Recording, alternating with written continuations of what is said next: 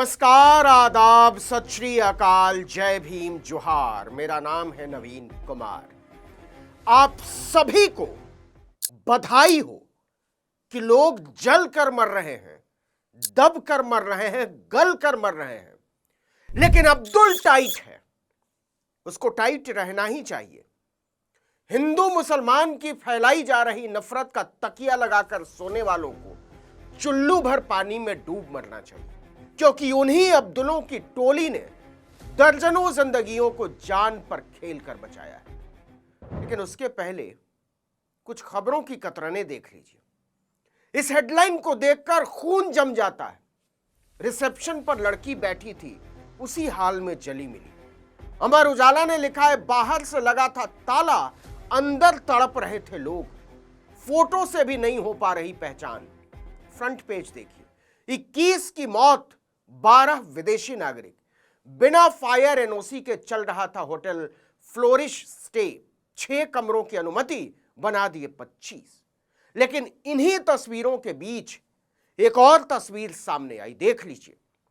जो लोग बचाने के लिए सबसे पहले सामने आए, बिना किसी का नाम पूछे, बिना किसी का ईमान पूछे, एक का नाम अरमान, दूसरे का मोहम्मद शुएब, तीसरे का वसीम रजा और चौथे का मोहम्मद अफजल।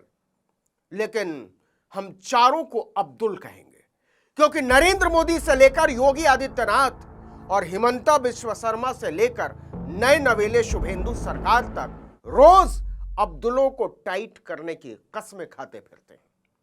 होटल के पास ही इन लड़कों की गद्दों की दुकान थी। सबसे पहले वही जागे। उन्होंने जैसे ही आग की भयावहता देखी, दुकानों से सारे गद्दे निकालकर गली में बिछा दिए, एक के ऊपर एक, ताकि कूदने पर चोट न लगे, और लग गए अंदर फंसे लोगों को किसी तरह निकालने बचाने में। उनमें से कई बेहोश थे। यह जो झल्ली सी टी शर्ट पहने आदमी नजर आ रहा है ना, उसका नाम अरमान है। आप नहीं जानते होंगे। कैसे जानेंगे? आपके लिए सारे के सारे अब्दुल हैं, जिन्हें टाइट करने के नाम पर मोदी की पलटन आपकी छाती पर नाच रही है और आप वाह मोदी जी वाह के नारे लगाए जा रहे हैं। जैसे ही अरमान ने देखा कि लोग अंदर फंस गए हैं, उन्होंने अपनी दुकान के लगभग सारे गद्दे और रजाई निकालकर सड़क पर बिछा दी, ताकि ऊपर की मंजिलों से कूदने वाले लोग सुरक्षित रहें। ज्यादातर लोगों की जान इसी वजह से बची। वसीम राजा अस्पताल में काम करते हैं। उन्होंने धुएं से बेहोश लोगों को सीपीआर देना शुरू किया।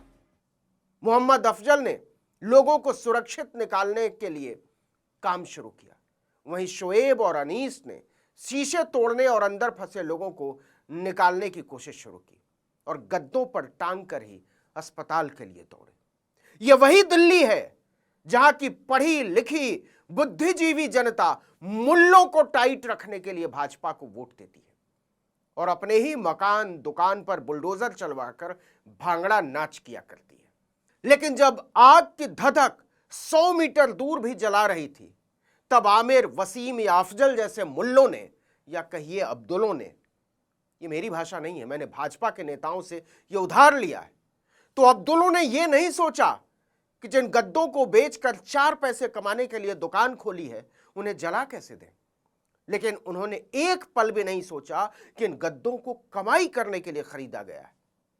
माफ करना मेरे दोस्तों, मेरे वतन के लोगों, लेकिन नरेंद्र मोदी एंड कंपनी के हाथों टाइट हो चुके मुल्लों ने, जी हां यही कहते हैं ना वो, मुल्लों ने नहीं सोचा कि किस धर्म के लोग अंदर फंसे हैं। वो जिंदगी भर की पूंजी सड़क पर बिछा देते हैं कि अल्लाह ने शायद इसी काम के वास्ते उन्हें ये चीजें बख्शी होंगी। लेकिन देख लीजिए अखबारों की सुर्खियां, हिंदू मुस्लिम नफरत की आग लगाते अखबारों के संपादक मुल्लों के, अब्दुलों के नाम लिखने में शर्मा गए। नहीं लिखा कि रियाजुद्दीन ने बचा लिया, नहीं लिखा कि शोएब, वसीम या अफजल या आमिर ने बचा लिया, लिखा स्थानीय लोगों ने मदद की।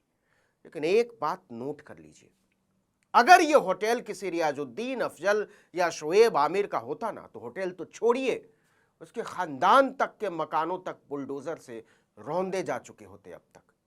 लेकिन इस हत्याकांड के लिए जिम्मेदार, जी हां जिम्मेदार, रेखा गुप्ता, मेयर प्रवेश वाही, डिप्टी मेयर मोनिका पंत, प्रधानमंत्री नरेंद्र मोदी, सबके सब भाजपा के जलते हुए जिंदा लोगों से उठती लपटों में हत्यारी सियासत का कोई नफरती मुनाफा नहीं तलाश पा रहे। मैं यहां से आगे कुछ दूसरे सवाल उठाना चाहता हूं और हो सकता है कि आप में से कुछ लोगों को या ज्यादातर लोगों को या सारे ही लोगों को वो सवाल चुभे, अच्छे ना लगे, लेकिन सवाल तो सवाल है। 21 लोग भारत की राजधानी में जलकर मर गए या कहिए जलाकर मार दिए गए और देश चल रहा है। 6 लोग इसी दिल्ली में बिल्डिंग धंसने से दबकर मर गए और देश चल रहा है। बिहार के मुजफ्फरपुर के सबसे बड़े अस्पताल के आईसीयू में आग लग गई, सरकार लाशें छिपाने में लग गई। कितने लोगों की मौत हुई है सही सही कोई नहीं जानता। 6 लाशें लोगों ने अपनी आंखों से देखी और देश चल रहा है। कैसे चल रहा है? क्या सचमुच में देश चल रहा है? यह हादसे में हुई मौतें नहीं है साहब, मारा गया है सबको और मारा है सरकार ने। जी हां, सरकार ने। इन हत्याओं का टीका मुख्यमंत्री रेखा गुप्ता के माथे पर भी सजा हुआ है और मुख्यमंत्री सम्राट चौधरी के माथे पर भी। दिल्ली में 6 कमरे की इजाजत थी और 26 कमरों का होटल चल रहा था। किसने कितना रुपया खाया ट्रिपल इंजन में मोदी जी? न फायर सेफ्टी का क्लियरेंस, न इमरजेंसी एग्जिट का इंतजाम। किसने कितना रुपया खाया ट्रिपल इंजन में मोदी जी? देश को बताइए। क्या आप कल्पना कर सकते हैं कि बीच दिल्ली में आग लगी थी और लगभग 1 घंटे तक फायर ब्रिगेड नहीं पहुंचा? उसी दिल्ली में साकेत वाली बिल्डिंग जिसके गिरने से 6 लोग मर गए, वो गिर रही है। इसके बारे में रेखा गुप्ता से लेकर दिल्ली पुलिस और मोदी सरकार तक को 3 महीने से पता था। हाई कोर्ट तक में सरकार ने झूठ बोला कि कहीं कोई समस्या नहीं है बिल्डिंग में। बताइए किसने ट्रिपल इंजन में कितना रुपया खाया मोदी जी?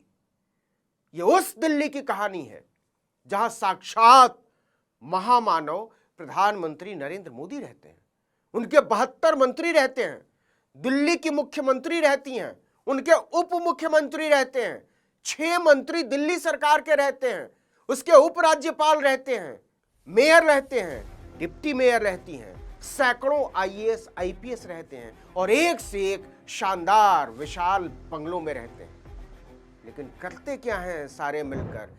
जनता की छाती पर चढ़कर उसे रौंदते रहते हैं। इनमें से किसी को कोई फर्क नहीं पड़ता कि कितने लोगों के घर उजड़ गए।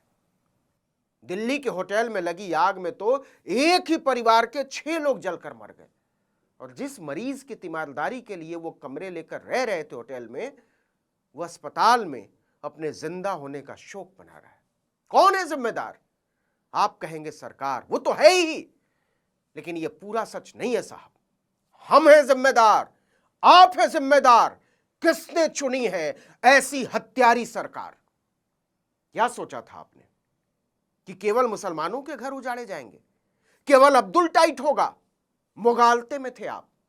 बस्ती की बस्ती बुलडोजर के पहियों के नीचे रौंदी जा रही है इसी दिल्ली में, और वो सारे के सारे हिंदू हैं। भाजपा को वोट देने वाले, रेखा गुप्ता के लिए, नरेंद्र मोदी के लिए वोट मांगने वाले। मनाओ हिंदू राष्ट्र का जश्न। हो सकता है आपको लग रहा हो सरकार ने अपना काम ठीक से नहीं किया।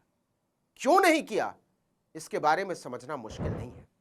5 कमरे की जगह 25 कमरे कैसे खड़े हो जाते हैं और इसका हिस्सा कहां कहां कैसे कैसे बंटता है, मोहल्ले का बच्चा भी जान जाता है।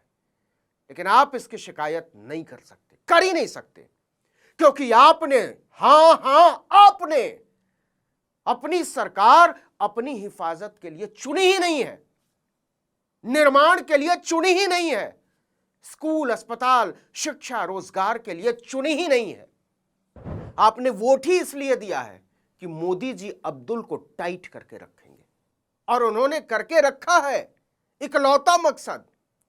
और अब्दुल टाइट रहे, इसलिए आपको इस बात से फर्क पड़ना बंद हो चुका है कि आप खुद कितने टाइट हो चुके हैं, आपकी जिंदगी कितनी नरक बन चुकी है, आपके लिए महंगाई कितनी जानलेवा हो चुकी है। तो आपसे अनुरोध है कि प्लीज आप इन हत्याओं पर अफसोस का नाटक मत कीजिए।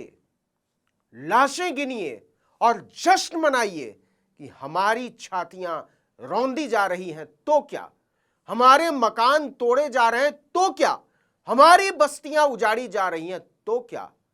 अब्दुल टाइट है और अब्दुल टाइट रहे, इसके लिए पेट्रोल 2000 रुपए लीटर भी हो जाए तो खरीदेंगे, और सिलेंडर 4000 का भी हो जाए तो खरीदेंगे। इस वीडियो में इतना ही, लेकिन अगर आपने आर्टिकल 19 इंडिया को लाइक, सब्सक्राइब, शेयर नहीं किया है तो प्लीज़ कीजिए। नमस्कार।